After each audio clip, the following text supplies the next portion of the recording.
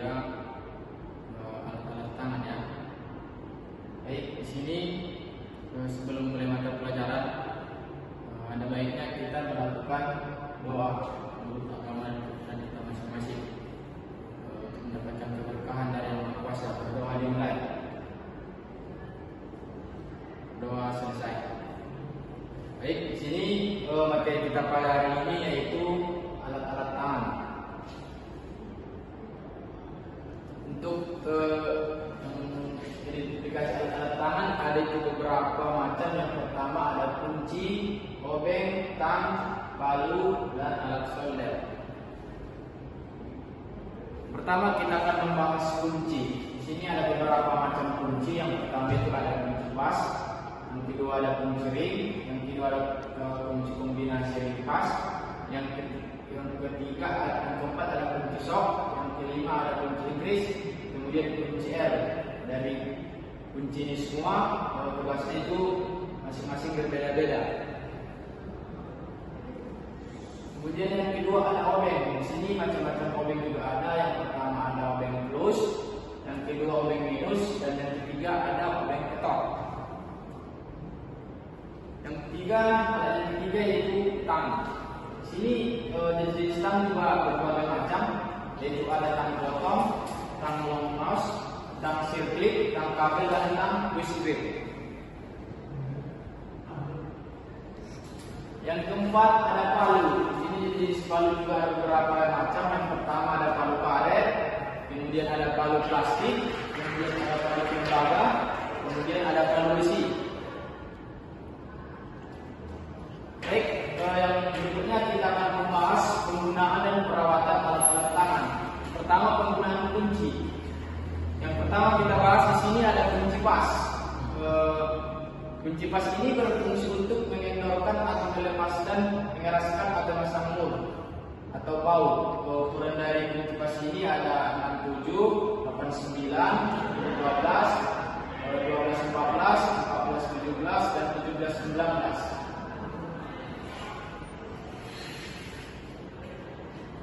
Untuk contoh memakai kunci pas dapat kita lihat dari pada gambar ini, yaitu membuka magnet. Jadi di sini kunci pas ini kita gunakan untuk membuka ini dan untuk memasangnya nanti.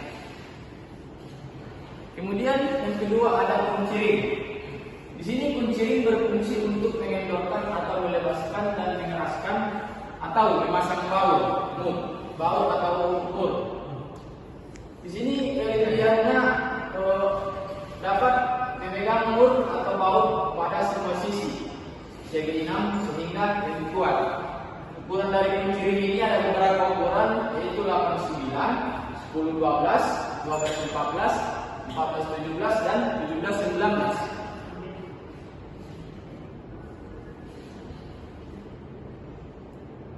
Oke, yang ketiga ada kunci kombinasi atau sering kita bilang kunci pas ring. Dari gambar ini dapat kita lihat di sini untuk kunci ringnya dan di sini itu untuk kunci pasnya.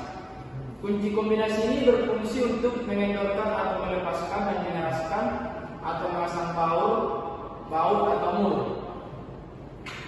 Dari ukuran kunci kombinasi ini ada 10, 12, 14, 17, dan 19. Yang keempat ada kunci sok, berfungsi untuk mengendorkan. Di sini fungsi dari kunci ini sama ya, untuk mengunci atau mengendorkan dari baut atau mur. Kelebihannya ini yaitu dapat mengeraskan atau memasang mur baut dengan kunci momen. Ukuran dari kunci sok ini ada 8, 9, 10, 12, 13, 14, 17, 19, dan 21. Untuk pemakaian kunci sok ini dapat kita lihat yaitu pada membuka silinder head pada mesin mobil.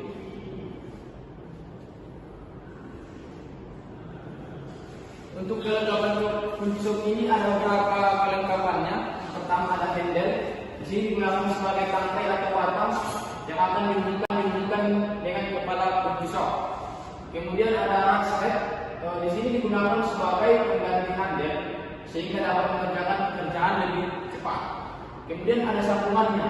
Di sini digunakan untuk pekerjaan yang tidak dapat dilakukan dengan hand handle atau touch hand.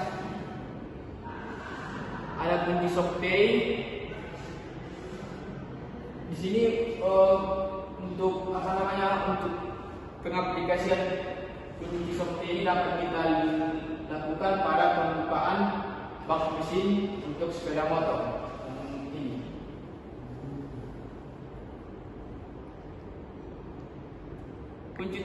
Kunci sok fleksibel. Jadi ini berfungsi untuk pekerjaan khusus yang tidak dapat dikerjakan dengan kunci sok lain atau dapat kita gunakan pada celah-celah yang sempit karena di sini kuncinya bisa berputar dia. Yang ketujuh ada kunci busi, berfungsi untuk melepaskan atau memasang busi di pickup dan sport. Kemudian ada kunci Inggris. Kunci Inggris berfungsi untuk melepas dan memasang mur atau baut yang ukurannya tidak standar. Di sini kunci Inggris ini dapat kita setel, diperbesar atau diperkecil ukurannya sesuai dengan kebutuhan yang akan kita gunakan. Kemudian ada kunci L. Di sini kunci L berfungsi untuk memasang dan melepaskan skrup atau baut yang kepalanya berbentuk hexagonal. Di sini untuk perawatan kuncinya yaitu penggunaan kunci harus sesuai dengan ukuran mur dan baut. Selesai pemakaian harus dibersihkan dengan kain lap, mengembalikan ke tempat semula. Penempatan kuncinya sebaiknya pada toolbox, tidak dicampur adukan. Kemudian penggunaan kunci, terutama kunci pas, ring dan kombinasi tidak boleh disambung dengan pipa. Kunci Inggris hanya digunakan untuk mur dan baut yang ukurannya sudah tidak standar. Tidak dibenarkan memukul kunci dengan palu pada saat pemakaian. Yang berikutnya ada obeng. Di sini ada obeng minus atau sini berfungsi untuk menyetel campuran bahan bakar pada motor sport. Contoh pemakaiannya pada karburator.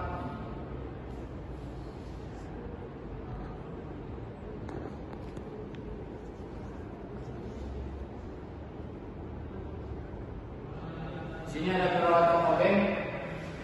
Penggunaan sesuai dengan ukuran mulut kepala baut skrup.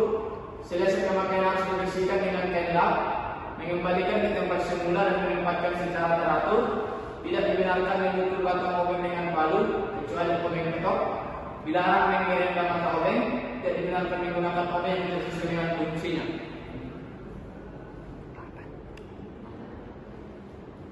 Oke, yang berikutnya ada tang. Yang pertama kita bahas tang potong. Di sini tang potong berfungsi untuk memotong benda kerja.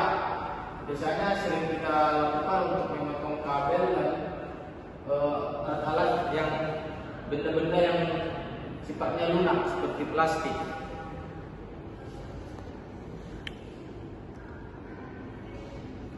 Kemudian ada tang long nose. Di sini tang ini berfungsi untuk memegang komponen yang sangat kecil pada tempat yang sangat sempit.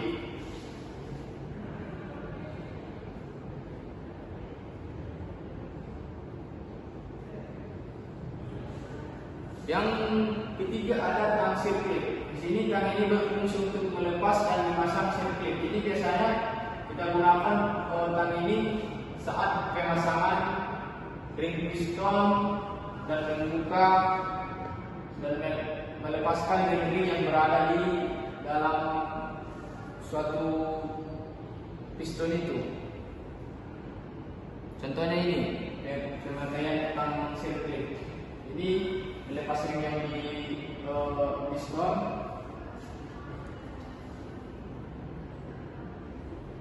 Yang berikutnya ada tang kabel. Di sini berfungsi untuk memotong dan mengelupas kabel dan memasang kabel sepanjang kabel. Di sini ada ukuran kabelnya, ukuran kabel berapa yang mau kita kupas dan ukuran berapa yang akan kita potong.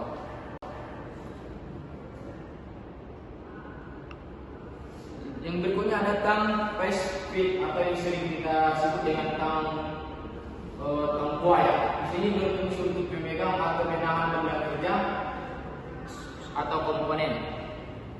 sini perawatan tang, mempergunakan tang sesuai dengan fungsinya. Selesai pemakaian harus dibersihkan, mengembalikan peralatan ke tempat semula dengan teratur, tidak memukul handle tang dengan benda lain saat digunakan, tidak menggerinda atau ujung mulut tang, tidak dibenarkan menggunakan tang yang tidak sesuai dengan fungsinya. Yang berikutnya ada kita bahas tentang palu. Pertama, palu karet berfungsi untuk memukul benda dari bahan lunak atau keras tanpa merusak komponen yang akan dipukul. Fungsi palu karet ini sering kita gunakan untuk memukul piston, di mana dengan menggunakan palu karet ini komponen yang kita pukul tersebut tidak mengalami kerusakan atau cacat. Yang berikutnya ada palu plastik. Di sini berfungsi untuk memukul benda dari bahan lunak atau keras tanpa merusak komponen yang dipukul, sama seperti palu karet yang sebelumnya. Yang kedua ada palu tembaga. Di sini palu tembaga berfungsi untuk memukul benda dari bahan logam yang keras tanpa merusak komponen yang dipukul. Yang berikutnya ada palu besi. Ini sering kita jumpai, berfungsi untuk memukul benda dari bahan logam yang keras dibantu dengan alat perantau. Contoh pemakaian palu karet.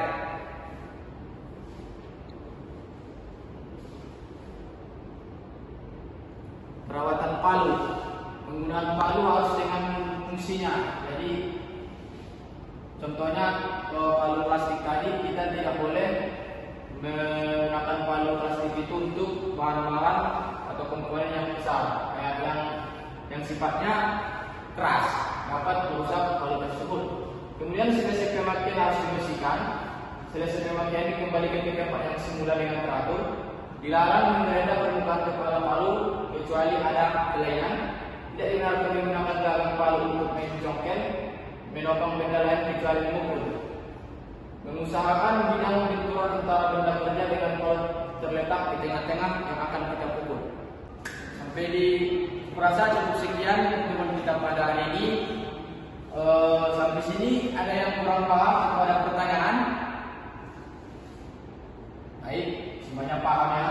Baik, materinya nanti Bapak kirim ke guru kita untuk dipelajari, dan minggu depan Bapak tanya kembali apa itu fungsi dari kunci pas dan lainnya. Sampai di sini paham? Baik, cukup sekian teman kita pada hari ini. Saya ucapkan terima kasih. Assalamualaikum warahmatullahi wabarakatuh.